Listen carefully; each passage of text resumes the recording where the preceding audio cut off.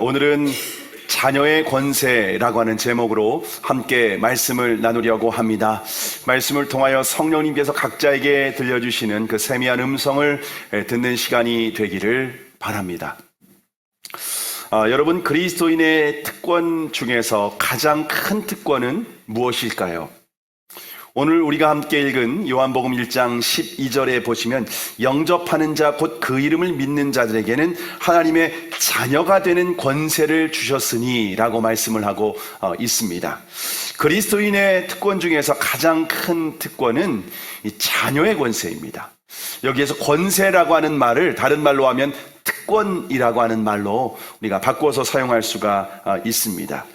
여러분, 그리스도인은요, 하나님의 자녀라고 하는 그런 놀라운 특권을 가지고 있는 사람들이라고 하는 겁니다. 여러분, 그러면 자녀의 특권이 뭘까요? 자녀의 특권. 자녀의 특권은 부모님의 것을 다 가질 수 있는 특권이 있습니다. 내 것도 내 것이고 엄마 아빠의 것도 내 것이 될 수 있는 게, 그게 바로 자녀의 특권이라고 하는 겁니다. 여러분, 저희 집에는 방이 3개가 있습니다. 안방은 저와 아내가 쓰고 나머지 2방은 우리 첫째 딸과 둘째 딸이 그 방을 각각 사용하고 있습니다. 초등학교 저학년 때까지는 한 방을 사용했어요. 그래서 잠자는 방과 공부방이 있었는데 애들이 고학년이 되면서 각자 방을 하나씩 지금은 달라고 해서 사용을 하고 있습니다. 근데 여러분, 우리 아이들이 쓰는 방을 누구 방이라고 할까요? 아이들은 내 방이라고 합니다. 내 방이라고 합니다. 애들 방이라고 합니다. 그럼 우리 아이들이 우리 집을 얻을 때 돈을 좀 보탰을까요? 매달 관리비를 낼까요? 알바해서 관리비를 엄마 관리비 하세요 라고 돈을 낼까요? 전혀 한 푼도 보태지도 않고 관리비를 한 번도 받아본 적이 없습니다. 그런데 내 방이라고 합니다. 그리고 우리가 아이들의 방에 들어갈 때는 어떻게 하냐면요, 노크를 합니다. 그래서 허락해야 문 열고 들어갑니다. 왜냐하면 아이들 방이라고 하기 때문에 그렇습니다. 여러분, 가끔 우리 아이들이 친구를 데려올 때가 있습니다. 친구를 데려올 때 뭐라고 할까요? 우리 엄마 아빠 집에 가자고 할까요? 우리 집 가자고 합니다. 여러분, 우리 집 가자고 하면은 우리 아이들이 뭔가 보탬이 되어야 되잖아요. 그런데 전혀 보탠 적이 없습니다. 그러면 제가 속으로 어떻게 생각할까요? 이런 양심도 없는 애들이 있나? 어떻게 돈도 한 푼 안 보태고 어떻게 우리 집이라고 말할 수 있지? 여러분, 제가 그렇게 생각할까요? 당연하게 생각할까요? 당연하게 생각합니다. 우리 아이들이 우리 집이라고 하는 것을 아주 당연하게 생각을 합니다. 우리 애들은요, 돈 한 푼 안 보태는데 엄마가 옷 세탁을 조금 늦게 하면 어떻게 하는지 아세요? 화를 냅니다. 엄마한테 왜 빨리 세탁 안 했냐고 화를 냅니다. 더 놀라운 사실은 엄마가 그러면은 미안하다고 합니다. 돈을 한 푼도 안 내고 그냥 요구만 하는데 그냥 부모님은 미안하다고 합니다. 여러분, 이것이 바로 자녀의 권세입니다. 자녀들은 부모님의 것을 이처럼 당당하게 요구할 수 있는 특권이 있다는 겁니다. 여러분, 저와 여러분은 그런데 하나님의 자녀라는 거예요. 온 천지 만물을 창조하시고 다스리시는 그 전능하신 하나님의 아들과 딸이라는 겁니다. 엄청난 권세를 가지고 있는 겁니다. 자, 그러면 이처럼 놀라운 하나님의 자녀가 되는 권세는 누구에게 주어질까요? 공부를 잘하면 주어질까요? 얼굴이 좀 얼짱, 몸짱이면 주어질까요? 아니면은 좋은 학벌이나 좋은 가문을 가지고 있으면은 하나님의 자녀된 권세를 얻을 수 있을까요? 오늘 보면 12절에 보면 영접하는 자, 곧 그 이름을 믿는 자들에게 하나님의 자녀의 권세를 주셨다고 우리에게 말씀을 하고 있습니다. 여러분, 그런데 여기에서 영접한다라고 하는 것은 누구를 영접하는 것일까요? 여기에서 영접한다라고 하는 것은 1절에 보면, 요한복음 1장 1절에 보면은 하나님, 태초부터 존재하셨던 하나님을 영접하는 겁니다. 그리고 그 하나님이 천지 만물을 창조하신 분이라고 말씀하시고 계십니다. 만물이 하나님의 손에 의해 다 창조되었다고 말씀하고 있습니다. 그런데 그분이 이 땅 가운데 생명의 빛으로 오셨다고 말씀을 하고 있습니다. 하나님이십니다. 창조주이십니다. 생명이신 분이십니다. 그 하나님을 우리가 영접하는 것입니다. 영접한다는 것은 우리의 삶의 주인으로 모셔드리는 겁니다. 여러분, 누군가가 우리 집 문 밖에서 똑똑똑 노크를 합니다. 노크를 할 때 집 문을 열어주고 그 사람을 받아들이는 것을 우리는 영접이라고 합니다. 그렇죠? 우리가 예수 그리스도를 영이시고 천지만물을 창조하신 하나님, 그리고 생명이신 그 하나님을 우리의 삶 가운데, 내 인격 가운데에 모셔드리는 것, 그것이 바로 영접이라고 하는 겁니다.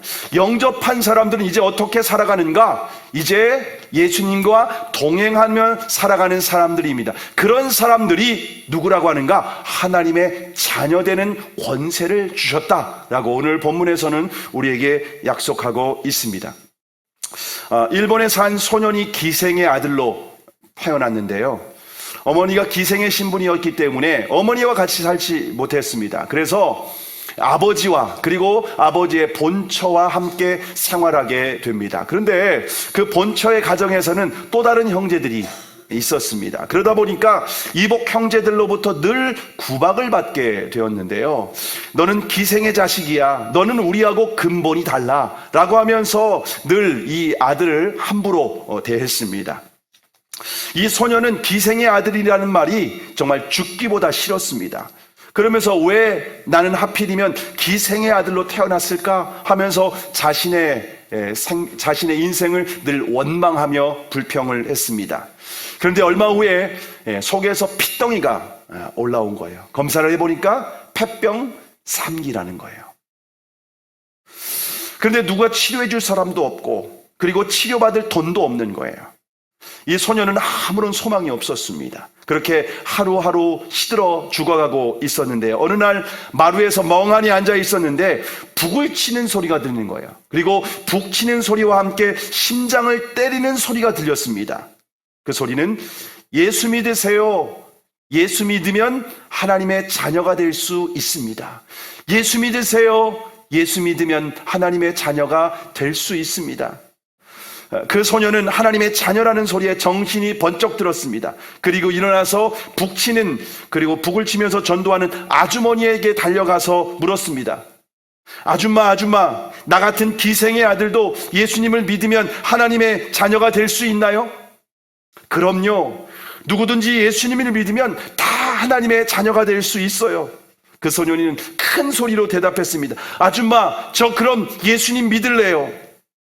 그때부터 그 소녀는 예수님을 믿기 시작합니다. 그리고 성경을 읽고 기도하고 열심히 예배에 참석을 했습니다. 그렇지만 병이 호전되지는 않았습니다.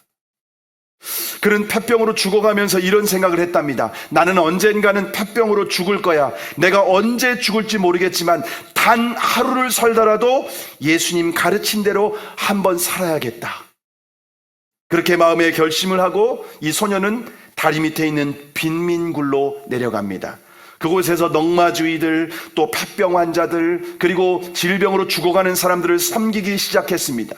그들의 진물을 닦아주고 목욕을 시켜주고 말씀을 전하고 대화를 하면서 섬기기 시작했습니다. 그런데 폐병 3기였던 이 소녀는 70세가 넘도록 건강하게 살았습니다. 그는 사선을 넘어서라는 색을 친 가가와 도요히코 목사님이십니다. 일본에서 우찌무라 간조 목사님과 이 가가와 도요히코 목사님은 가장 존경받는 목사님이시기도 합니다. 저와 여러분이 우리의 출신 신분이 어떠하든, 우리의 배경이 어떠하든 아무런 상관이 없습니다. 누구든지 예수 그리스도를 나의 주님으로 영접하고 그 주님의 말씀을 따라 순종하며 그분과 동행하는 사람들에게는 하나님의 자녀가 되는 권세를 주신 줄로 믿습니다. 그 권세를 받은 사람들은 이 땅에서 하나님께 쓰임받으며 정말 하나님께 영광 돌리는 복된 인생을 살게 되는 줄을 믿으시기를 바랍니다. 자, 그러면 하나님의 자녀에게는 어떤 특권이 있을까요? 어떤 특권이 있을까요? 첫째로 하나님의 자녀는 하늘 문을 열고 닫는 특권이 있습니다. 하늘문을 열고 닫는 특권이 있습니다. 마태복음 16장 19절에 보시면 내가 천국 열쇠를 내게 주리니 내가 땅에서 무엇이든지 매면 하늘에서도 매일 것이요 내가 땅에서 무엇이든지 풀면 하늘에서도 풀리리라 하시고 라고 약속하셨습니다. 베드로가 예수님께 주는 그리스도시요 살아계신 하나님의 아들이십니다 라고 이렇게 믿음의 고백을 할 때에 예수님께서 베드로에게 천국 열쇠를 맡겨 주셨습니다. 여러분, 열쇠는 누가 가지고 있을까요? 열쇠는 주인이 가지고 있는 겁니다. 근데 이 천국 열쇠를 베드로에게 주셨다는 겁니다. 그 말은 하나님께서 베드로에게 하나님의 자녀가 되는 권세를 주셨다라고 하는 겁니다. 자녀의 권세를 받으면 천국을 이제 상속받게 되는 거예요. 그리고 천국을 들어갈 수 있는 열쇠를 받게 되는 겁니다. 저희 시골에는 부모님의 집이 있습니다. 그런데 제가 부모님의 집에 갈 때는요, 연락하고 갈 때도 있지만은 연락하지 않고 갈 때도 있습니다. 근처에 갔다가 잠깐 들릴 일이 있으면은 그냥 무작정 갈 때도 있습니다. 그러면은 부모님이 밭에서 들에 나가셔서 일을 하실 때가 있습니다. 그럼 집에 안 계셔요. 집에 안 계시는데 그러면 제가 부모님이 오실 때까지 기다릴까요? 기다리지 않죠. 우리 부모님이 열쇠를 어디에다 두는지 제가 알거든요. 항상 그 자리에 두고 있어요. 여러분에게는 알려줄 수 없어요. 항상 그 자리에 두고 있습니다. 그러면은 그곳에서 열쇠를 꺼내다가 문을 열고 들어갑니다. 집에는 부모님이 안 계십니다. 근데 집에 들어가서 목마르면 냉장고를 열고 음료수를 마음껏 꺼내 마십니다. 그리고 소파에 앉아서 TV를 틉니다. 그러면서 피곤하면 자기도 합니다.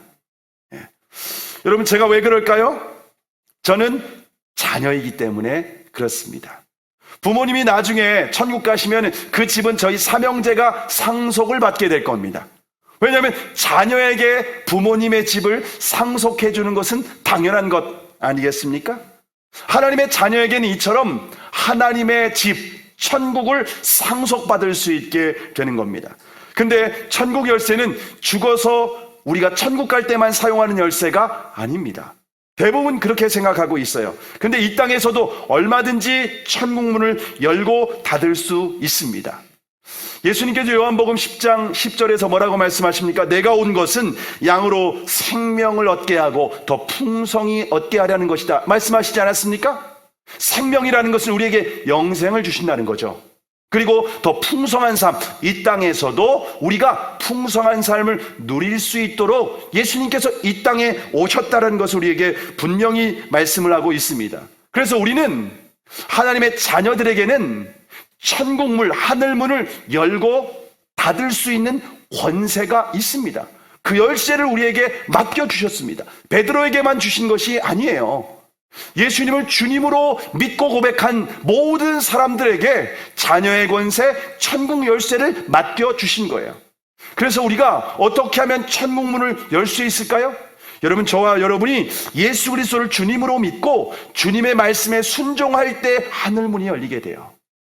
그러나 우리가 예수님을 주님으로 믿지 않고 그 말씀에 순종하지 않으면 하늘문이 닫히게 되는 겁니다. 하늘문이 열고 닫히는 것은 저와 여러분의 선택에 달려 있습니다. 저와 여러분이 그 권세를 누릴 수도 있고 누리지 못할 수도 있다는 겁니다. 저와 여러분이 예수 그리스도를 주님으로 믿고 그 주님의 말씀에 순종하여 이 땅에서도 부족함이 없는 천국과 같은 삶을 사시기를 주님의 이름으로 축복합니다. 둘째로, 하나님의 자녀에게는 아버지께 기도할 수 있는 특권이 있습니다.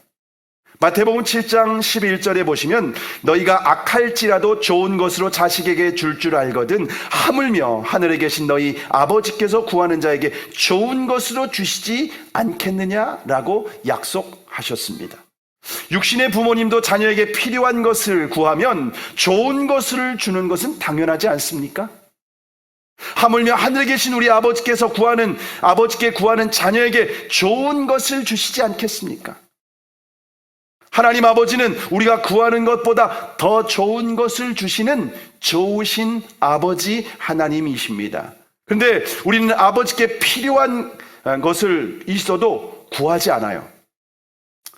우리가 보니까 우리가 구원받고 천국 가는 문제만 구하는 것 같아요. 근데 하나님 아버지는 우리가 이 땅에서 필요한 것도 구하기를 원하십니다. 그런데 우리는 그런 기도를 세속적인 기도라고 생각을 해요. 그런데 하나님은 우리의 구원에만 관심이 있는 것이 결코 아닙니다.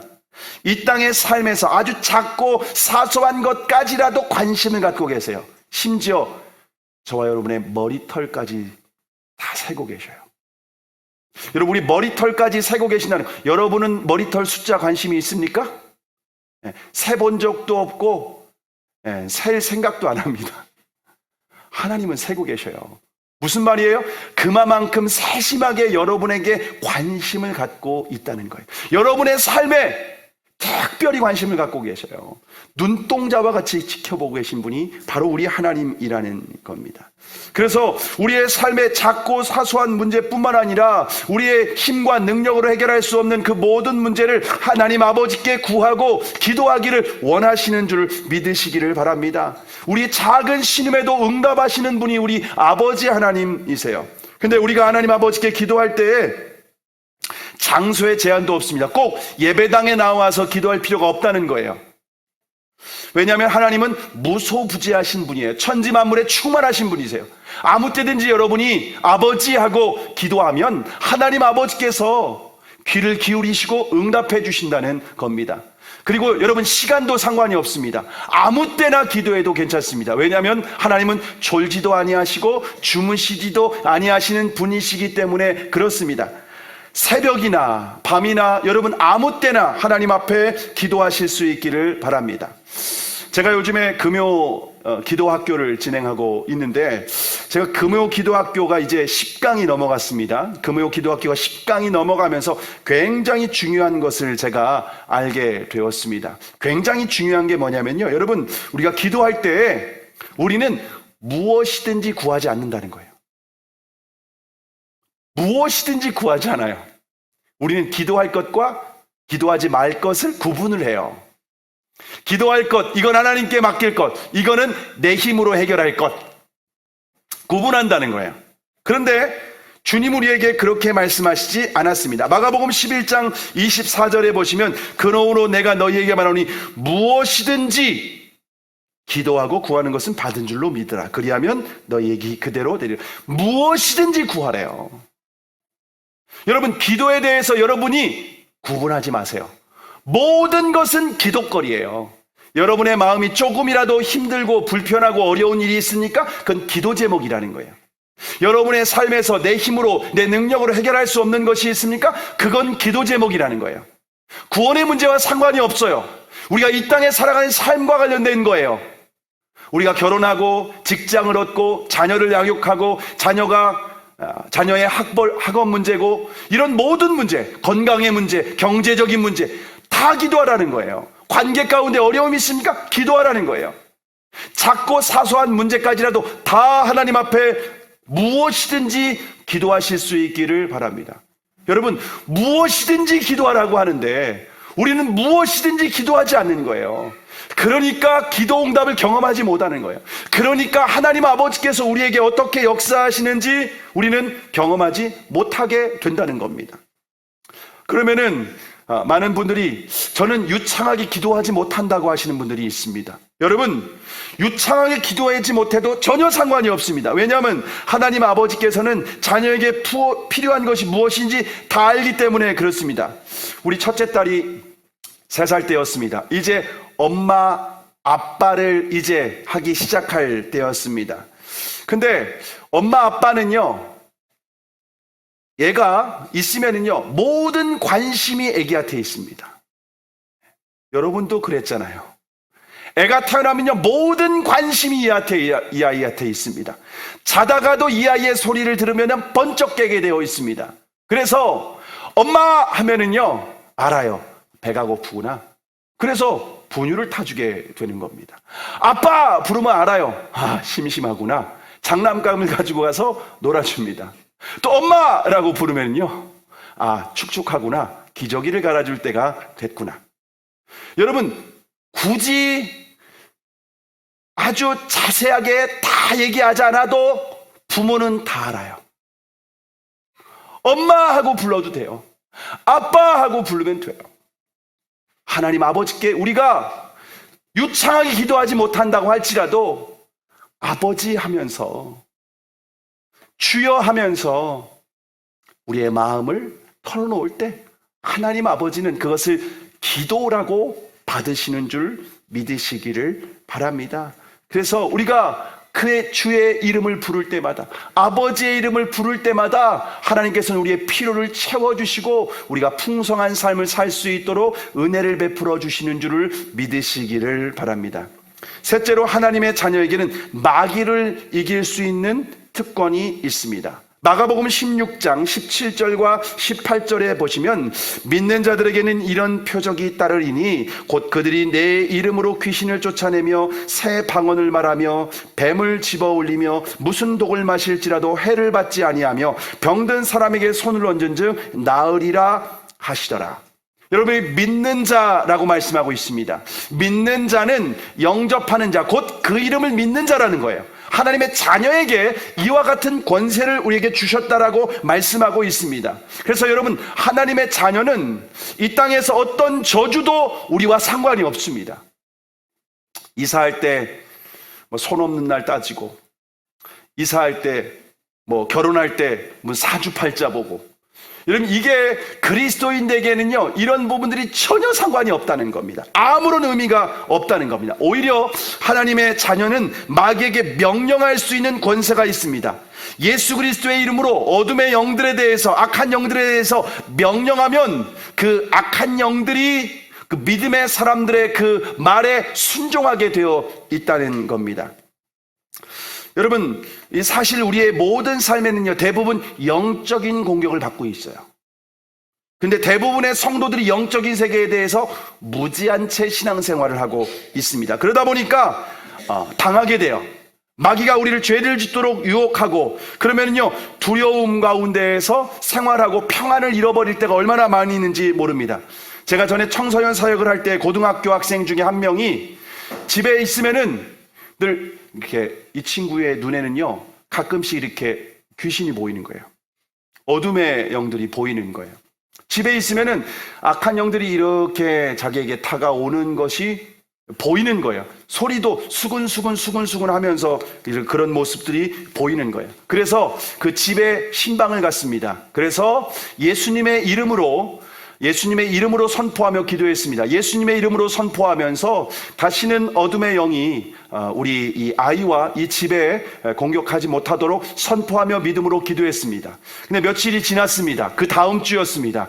이 학생이 집에 가만히 있는데 또 여기에서 어둠의 영이 이렇게 오는 조짐이 보이더래요. 그런데 갑자기 이쪽에서 빛이 샥 임하더니 어둠이 쫙 물러가는 것을 이 친구가 두 눈으로 경험을 했다고 그 다음 주에 와서 막 흥분을 하면서 말을 해주는 것을 들었습니다. 여러분, 우리 예수님을 믿는 사람들에게는 어둠의 영들에 대하여서 명령할 수 있는 권세가 있다는 겁니다. 여러분, 이것은 목회자에게만 주신 특권이 아닙니다. 하나님의 자녀라면, 믿음의 사람이라면 누구나 귀신을 쫓아낼 수 있고 뱀을 집어올릴 수 있고 무슨 독을 마실지라도 해를 받지 않게 되어 있다는 겁니다. 영적으로 이기고 대적할 수 있는 마치 경찰이 가진 권세와 같은 특권이 있습니다. 여러분, 제 처남과 처남댁이 경찰입니다. 처남은 좀 키도 있고 또 힘도 셉니다. 운동도 아주 잘해요. 유도도 하고 이런 운동신경이 아주 뛰어나고 어릴 때부터 야구를 좋아해서 이 처남은 아주 그냥 딱 제복을 입어도 그렇고 경찰 같아요. 근데 처남댁은요, 고등학생 같아요. 처남댁은 키도 아담하고 날씬하고, 그래서 누가 보면은 고등학생, 대학생 정도밖에 안 보여요. 그래서 경찰 같지가 않아요. 그런데 경찰이에요. 제복을 딱 입고, 저희 처남댁이 경찰복을, 제복을 딱 입고 차들이 지나가는데 만약 신호를 위반하거나 요즘 이렇게 우회전 횡단보도 이게 잘 지켜야 되지 않겠습니까? 잘못 지키면은요, 벌점 15점에 6만 원이라고 그러던데요. 그렇게 이 규칙을 잘 안 지키는 그런 자동차가 있으면 딱 세우게 됩니다. 그러면 차가 서야 될까요? 안 서야 될까요? 안 쓸 수 있나요? 반드시 서야 됩니다. 아무리 큰 15톤 덤프트럭이라고 할지라도 제 처남댁이 여잔데 고등학생 정도밖에 안 되는데 제복을 입고 수신호로 딱 손가락 하나를 딱딱 하면은 서야 될까요? 말아야 될까요? 서야 됩니다. 아무리 등치가 큰 사람도 서야 됩니다. 벤츠를 타고 있어도 서야 됩니다. 아무리 나이가 많으신 분도 서야 됩니다. 나이가 어리더라도. 왜 그렇습니까? 국가에서 부여해준 권한이 있기 때문에 순종해야 돼요. 안 그러면 범칙금이 나가는데요. 안 그러면 벌점이 떨어지는데요. 그러니까 그냥 미안하다고 사정사정을 합니다. 왜 그래요? 국가에서 권한을 부여했기 때문에 그렇습니다. 마찬가지로 하나님의 자녀에게는 영적인 권한이 주어져 있습니다. 그래서 우리는 영적인 세계에서 명령할 수 있습니다. 목사만이 아니에요.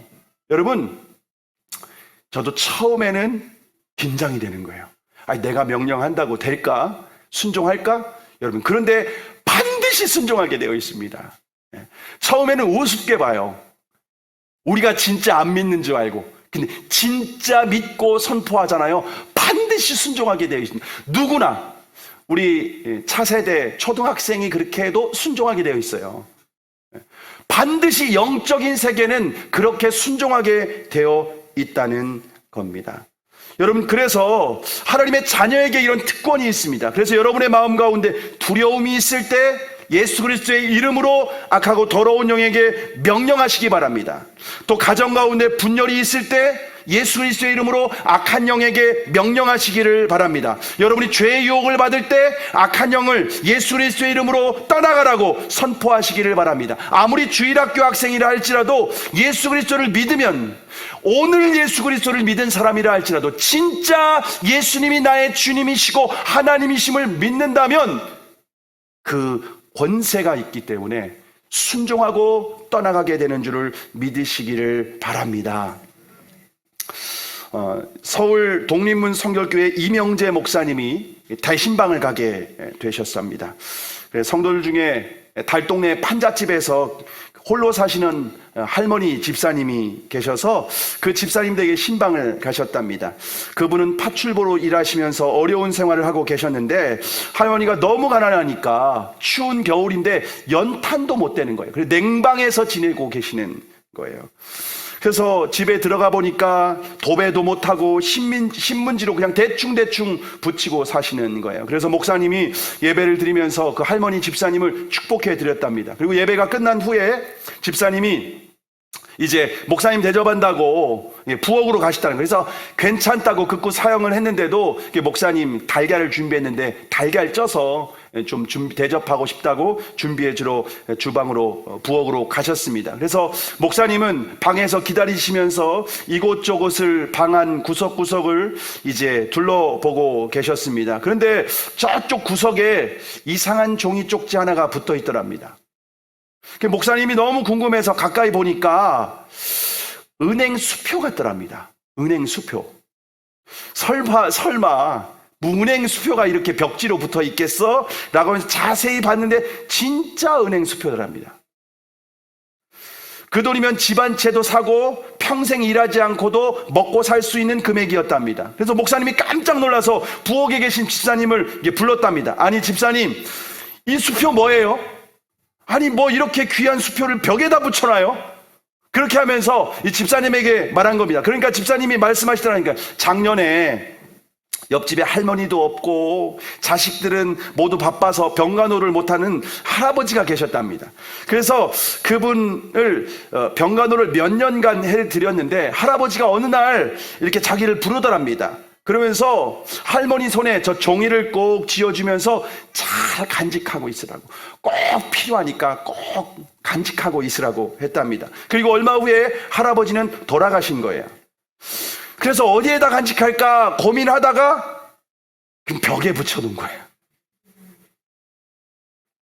그래서 목사님이, 아이고 집사님, 이게 얼마나 엄청난 큰 돈인지 아세요? 이 돈이면 집도 사고 연탄도 사고 쌀도 사고 집사님 끼니 걱정 안 하고 평생 파출부 일도 안 해도 될 만큼 큰 돈이에요 라고 하니까 집사님이 목사님에게, 아이고 내가 돈도 몰아보겠어요 목사님, 이거 돈 아니잖아요 라고 한 거예요. 아니 집사님, 이거는 수표라는 거예요. 이 수표를 가지고 은행에 가면은 현금으로 바꿔서 사용할 수 있는 엄청난 돈이에요 라고 하면서 그 목사님이 또 다른 성도에게 은행 가서 다 바꾸어 가지고서 집도 사드리고 쌀도 사드리고 은행에 넣어서 또 이자를 받아서 살아갈 수 있도록 해 주셨다는 겁니다. 여러분, 할머니는 수표를 가지고도 거지처럼 생활하셨던 거예요. 여러분, 그런데 이것은 할머니의 얘기가 아닙니다. 저와 여러분의 얘기입니다. 하나님께서 저와 여러분에게 자녀의 권세를 주셨습니다. 우리 아버지는 천지 만물을 창조하신 하나님이십니다. 저와 여러분이 은행 수표처럼 받았는데 사용하지 않고 있는 겁니다. 우리는 거들떠보지도 않고 있는 거예요. 이게 뭘 대수롭겠어? 이게 무슨 내 삶에 도움이 되겠어? 그런 모습을 바라보시는 주님이 너무나도 안타까워하고 계십니다. 우리는 이미 천국 열쇠를 받은 사람들입니다. 하늘문을 열고 닫을 수 있는 권세가 있습니다. 아버지께 무엇이든지 구할 수 있습니다. 무엇이든지 구할 수 있습니다. 악한 영의 공격이 있다 할지라도 예수 그리스도의 이름으로 선포하면 굴복하고 순종하게 되어 있습니다. 여러분, 하나님의 자녀된 권세를 누리시기를 바랍니다. 더 이상 불쌍하게 사시지 않기를 바랍니다. 더 이상 사단의 종로로 타며 두려운 인생을 살아가지 않기를 바랍니다. 여러분, 부모님의 요구할 때 우리가 아무거나 들어주지 않아요. 부모님에게 요구할 때. 그런데 부모님이 약속한 것은 반드시 들어주게 되어 있습니다. 그렇죠? 약속했으니까 부모님이 약속한 것을 근거로 하면 거부하지를 못해요. 곧바로 들어주게 되어 있습니다. 하나님께서 우리에게 자녀의 권세를 주셨습니다. 자녀가 누리는 권세를 성경에 수없이 많이 약속했습니다. 저는 3가지만 얘기했잖아요. 성경에 수백 가지가 있어요. 성경에 수표가 들어가 있어요. 다 현찰로 바꿀 수 있다고요. 우리는 그런데 사용하지 않고 냄비 받침대, 라면 받침대, 주일날이면 먼지 털어가지고 예배 드릴 때 가져갑니다. 수표를 현금화하지 않아요. 하나님 앞에 이 약속의 말씀을 근거해서 기도하면 응답이 돼요. 5만 번 기도 응답받은 조지 뮬러 목사님이 어떻게 응답받았는지 아십니까? 성경을 읽다가 말씀을 찾으면은 하나님 여기 말씀하셨잖아요. 하나님이 약속하셨다니까. 그럼 응답하게 되어 있습니다. 이게 바로 자녀의 권세입니다. 그럼 저와 여러분이 말씀을 가까이 하시기 바랍니다. 이건 수표입니다. 말씀을 가까이 하시고, 여러분 약속하셨으니까, 천지 만물을 창조하신 분이 나를 자녀 삼아 주셨으니까, 내 모습을 보면, 솔직히 내 꼬라지를 보면 자녀라고 말할 수 없어요. 부족하고 허물 많고 때로는 죄짓고 하나님 보시기에 기뻐하지 못한 모습 많은데, 그런데 자녀 삼으셨어요. 미운 자식도 하나님 자식, 이뻐하는 자식도 하나님 자식, 예수 믿으면 다 하나님 자식. 오늘부터 그 권세를 사용하시기를 바랍니다. 그래서 여러분이 이 땅 가운데에서 하나님의 영생을 얻을 뿐만 아니라 더 풍성한 삶을 누리는 저와 여러분이 되기를 주님의 이름으로 축복합니다.